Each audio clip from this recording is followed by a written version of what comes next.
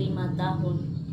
Jawaban saya adalah aplikasi pembelajaran berbasis game sangat efektif dalam meningkatkan kemampuan kognitif anak usia 4-5 tahun karena A. Belajar sambil bermain, anak-anak lebih termotivasi belajar melalui permainan sehingga materi lebih mudah diserap. B. Stimulasi multisensorial. Game seringkali melibatkan visual, audio, dan interaksi fisik merangsang berbagai indera anak. C. Pengembangan keterampilan pemecahan masalah. Game dirancang dengan tantangan yang mendorong anak untuk berpikir kritis dan mencari solusi. D. Penguatan positif. Setiap keberhasilan dalam game memberikan umpan balik positif, meningkatkan kepercayaan diri anak. Contoh konkret, aplikasi yang mengajarkan pengenalan huruf melalui permainan mencocokkan gambar dengan huruf awal dapat meningkatkan kemampuan membaca awal anak pakai game edukasi studio. 2. Apa saja kendala yang sering dihadapi guru PAUD dalam mengintegrasikan teknologi komputer dalam pembelajaran sehari-hari? Bagaimana solusi yang dapat ditawarkan? Kendalanya kurangnya pelatihan guru, keterbatasan perangkat, dan kurangnya materi pembelajaran yang sesuai. Solusi pelatihan berkelanjutan bagi tenaga pendidik, bekerja sama dengan komunitas, dan pengembangan materi lokal.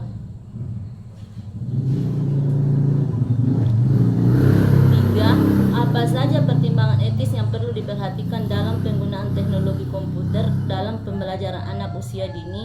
Bagaimana kita dapat memastikan bahwa penggunaan teknologi komputer tidak melanggar hak-hak anak?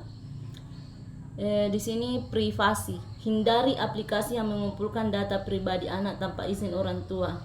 Masalah konten, pastikan konten aman, sesuai usia, dan tidak mengandung kekerasan atau pornografi. Dan masalah waktu, batasi waktu penggunaan gadget untuk menghindari anak-anak terlalu lama main gadget. 4.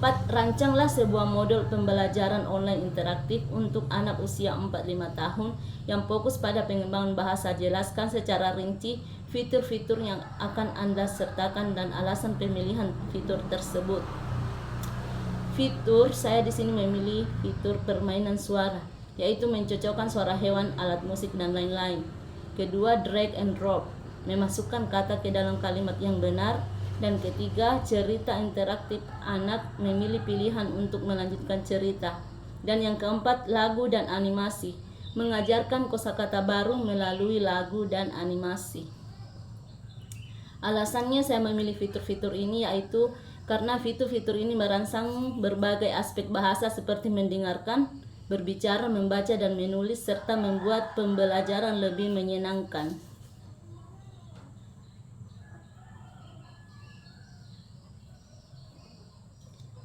5. Bandingkan beberapa platform pembelajaran online yang populer untuk anak usia dini. Platform manakah yang menurut Anda paling sesuai untuk anak usia dini di Indonesia? Jelaskan alasan Anda. Jadi jawaban saya itu pertama, Kidloland. Kidloland adalah aplikasi pendidikan dirancang untuk anak-anak usia 1 hingga 8 tahun, bertujuan untuk membuat proses belajar menjadi menyenangkan dan interaktif. Yang kedua, Ruang Guru. Ruang Guru merupakan salah satu platform pendidikan terbesar di Indonesia yang menyediakan layanan bimbingan belajar online untuk semua jenjang pendidikan termasuk anak usia dini. Melalui fitur Ruang Belajar Anak, Ruang Guru menawarkan video pembelajaran dan latihan soal yang disesuaikan dengan kurikulum nasional serta akses ke tutor secara langsung jika diperlukan. C, yaitu Zenius. Zenius lebih dikenal sebagai platform pembelajaran untuk siswa SD hingga SMA di Indonesia. Tetapi mereka juga memiliki konten untuk anak usia dini melalui aplikasi Zenius Junior. Platform ini menawarkan video pembelajaran dan latihan soal dalam format interaktif. Kelebihan Zenius adalah fokusnya pada kurikulum nasional Indonesia serta penggunaan bahasa Indonesia. Paling sesuai yaitu Kidloland karena kontennya dirancang khusus untuk anak usia dini dan memiliki berbagai aktivitas yang sesuai dengan tahap perkembangan anak.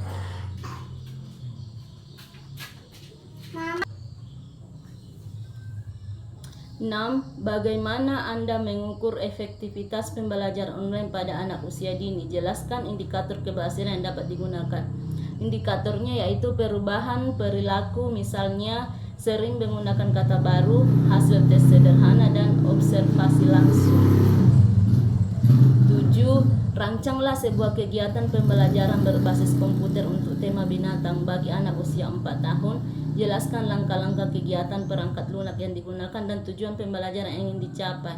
Jadi langkahnya yaitu melihat gambar binatang, menirukan suara, membuat puzzle binatang, dan mewarnai gambar binatang. Perangkat lunak yaitu aplikasi menggambar dan puzzle sederhana. Sementara tujuan mengenal nama binatang, suara binatang, dan ciri-ciri binatang. 7.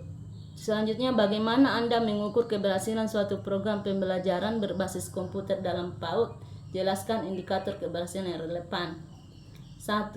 Penilaian kognitif. Indikator keberhasilan pertama adalah peningkatan kemampuan kognitif anak. Ini dapat diukur melalui observasi perkembangan pengamatan langsung terhadap perubahan dalam cara anak berpikir dan menyelesaikan tugas. Misalnya, apakah anak menunjukkan peningkatan dalam kemampuan berpikir logis atau kreativitas. 2. Peningkatan keterampilan sosial. Keterampilan sosial juga merupakan indikator penting dari keberhasilan program. Hal ini dapat diukur dengan interaksi dengan teman sebaya, mengamati bagaimana anak berinteraksi dengan teman-temannya selama kegiatan pembelajaran berbasis komputer, apakah mereka mampu bekerja sama. Ketiga, perkembangan emosional. Aspek emosional juga harus diperhatikan karena berkaitan erat dengan motivasi belajar anak. Indikatornya meliputi tingkat kemandirian, mengamati sejauh mana anak dapat menyelesaikan tugas secara mandiri tanpa bantuan orang dewasa. Respon terhadap tantangan, menilai bagaimana anak bereaksi terhadap tantangan atau kesulitan saat menggunakan perangkat lunak pembelajaran, apakah mereka tetap termotivasi atau mudah frustasi. 4. Keterampilan motorik halus. Program pembelajaran berbasis komputer seringkali melibatkan penggunaan perangkat input seperti mouse atau layar sentuh, sehingga keterampilan motorik halus juga menjadi indikator penting. Kemampuan menggunakan perangkat teknologi, mengamati kemampuan anak dalam menggunakan mouse, keyboard, atau layar sentuh untuk menyelesaikan tugas-tugas sederhana. Koordinasi mata dan tangan. Menilai perkembangan koordinasi antara mata dan tangan saat melakukan aktivitas digital. 9. Perbandingan aplikasi komersial dan aplikasi buatan guru. Komersial lebih lengkap fitur dan kontennya, namun mungkin kurang relevan dengan konteks lokal. Buatan guru lebih relevan, namun mungkin kurang menarik secara visual. Terakhir, menjaga keamanan dan privasi data anak. Langkah: pilih aplikasi yang terpercaya, jelaskan kepada orang tua tentang pentingnya privasi, dan ajarkan anak tentang keamanan online. Terima kasih. Assalamualaikum warahmatullahi wabarakatuh.